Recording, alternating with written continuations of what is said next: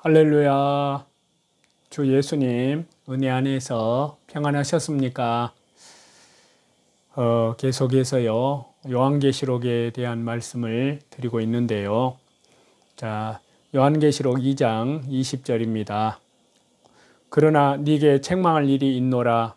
자칭 선지자라 하는 여자 이세벨을 내가 용납함이니 그가 내 종들을 가르쳐 깨어 행음하게 하고 우상의 제물을 먹게 하는도다.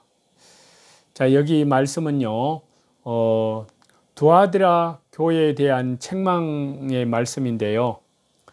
자, 여기 말씀을 올바로 이해하기 위해서는요 여기에 여자라는 한 단어를 정확하게 해석을 해야 하는데요. 신약성경 요한복음 2장에 보시면 가나 혼인잔치에서 예수님께서는 어머니 마리아에게 여자여라고 상당히 예의 없어 보이는 호칭을 사용을 합니다. 그러나 이 호칭은요 원래 지체 높은 기부인들에게 붙이는 존경어입니다.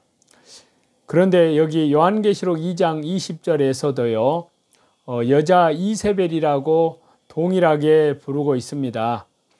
원문에는 파생형이라고 볼 수 있는 누구의 부인이라는 의미인데요. 이러한 역사 문법적인 배경을 고려할 때 조심스럽지만 여기에 여자 이세벨은요 두아드라 교회의 담당 목사의 부인이거나 그 교회의 실력자, 장로 혹은 어쨌든 영향력 있는 지도급의 인사의 부인일 확률이 매우 높다는 건데요. 그래서 누구의 부인인지는 확실치 않지만요 교회 안에서 대단한 영향력을 행사하고 있는 여자임에는 분명한 것 같습니다. 그런데 이 여자는 자칭 선지자로 교회에서 공식적인 지도력을 위임받지는 않았지만요 영향력을 행사하다 보니까 사람들이 슬슬 이 여자 주변으로 모여들었던 것 같습니다. 그리고 어느새 가르치는 자리에까지 서게 되고요 여성의 지도자가 교회에서 가르치는 일을 성경이 원리적으로 금하지는 않지만요 문제는 이세벨이 가르친 내용입니다.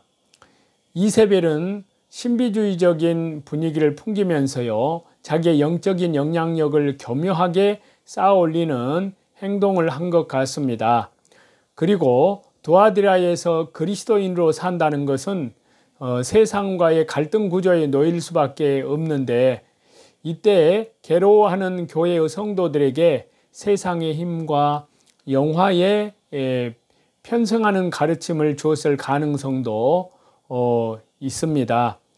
자, 예를 들면요 한번 찔끔 눈 감고 절하세요.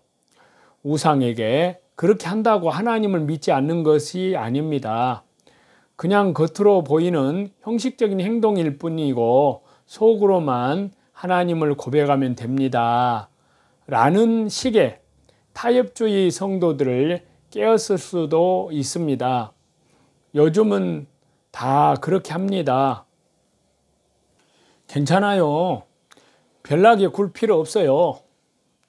이런 식으로 사람들에게 죄지을 담력과 안도감을 주었는지도 모른대요. 그러나 주 예수님을 믿으려면 별나게 굴어야 합니다. 처음에는 상식적이어야 한다는 말이 결국에는 자신을 속이는 일일 수도 있습니다. 예수님 믿는 사람에게는요 회색지대가 있을 수 없습니다. 분명히 해야 뒤통수를 맞건 앞에서 침을 뱉건 확실한 메시지를 던져줄 수 있습니다. 이세벨은 현실적인 문제 앞에서 갈등하는 두아드라 그리스도인들을 널름대는 혀로 우상에 절하게 하는 일에 일조한 것 같습니다. 더 큰 문제는요 두아드라 교회가 이세벨을 용납했다는 것입니다. 여기서 용납하다는 용납하다 이 말을 우리 식으로 조금 장난스럽게 표현하자면요, 안 돼요, 돼요, 돼요 라고 말하는 것입니다. 원칙을 무너뜨리고 타협할 때 처음부터 안 돼 라고 말하지 않고 슬금슬금 뒷걸음질 하다가 이번 한 번만 이러면서 무너집니다. 처음 한 번 행하기가 쉽지 않지 일단 하고 나면 두 번, 세 번은 문제도 아닙니다. 제하고 타협했을 때 이렇게 되는 것입니다. 그러나 이기는 자에게는 하나님께서는 엄청난 영원하고 영광스러운 약속을 해 주셨습니다. 신라에 유입된 기독교 신앙의 증거를 지난번에 말씀드리다 말았는데요.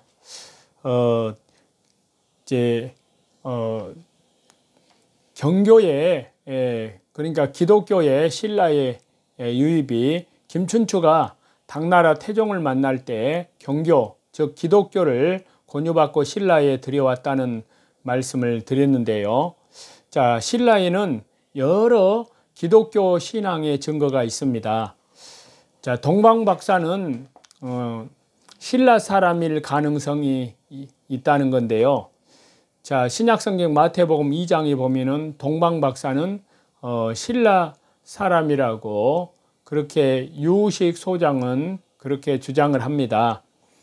삼국사기 신라 번기에 보면은 2월의 폐성, 혜성이 하고에 나타났다. 하고는 은하수를 뜻합니다. 이런 내용이 있고요. 그리고 아라비아설과 바벨론설은 근거가 없습니다. 이제 동방박사에 대한 내용인데요. 그리고 불신 국가에서 그런 신앙을 가진 자가 보내질 수 없고 거리상으로도 2년 거리가 아닙니다. 출생 당일 즈음을 시간적 배경으로 한 누가복음 내용과 달리 당시에 예수님은 2살 전후였을 것이라는 사실인데요. 자, 첨성대는 별을 관측이 아닌 제사 드린 곳으로 보고 있습니다. 견해의 첫 번째 견해는요, 국가의 길흉 점치기를 위한 것이고요, 미신적이고요. 두 번째 견해는 역법을 만들거나 오차를 줄이기 위함이고 별들의 운행을 관측하는 것이다, 그렇게 보고 있고요. 세 번째 견해는 자, 우리들인데요, 제사 지낸 곳으로 봅니다. 신라시대 이전부터 내려온 구약의 제사, 여호와 하나님 신앙, 그것을 보여주는 것으로 해석을 합니다. 그리고 이러한 신라시대에 여러 기독교 신앙의 증거가 있다는 것을 말씀을 드립니다.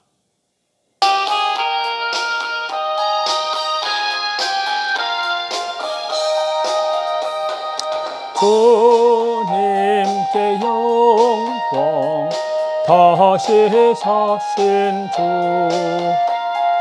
사망 권세 모두 이기시었네. 흰 옷 입은 천사 돌을 옮겼고 누우셨던 곳은 비어 있었네.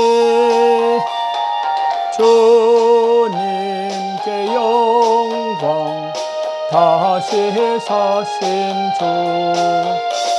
오늘도 자기를 부인하고 자기 십자가를 지고 믿음의 주에 온전케 하시는 주 예수님만을 바라보면서요, 말씀과 기도와 찬양으로 하나님께 모든 삶의 현장에서 예배를 드리고요, 그리고 밖으로 이뤄진 영혼들에게 하나님 나라의 생명의 복음을 전가하시는 저와 여러분이 다 되시기를 우리 주 예수 그리스도 이름으로 간절히 축원합니다. 감사합니다.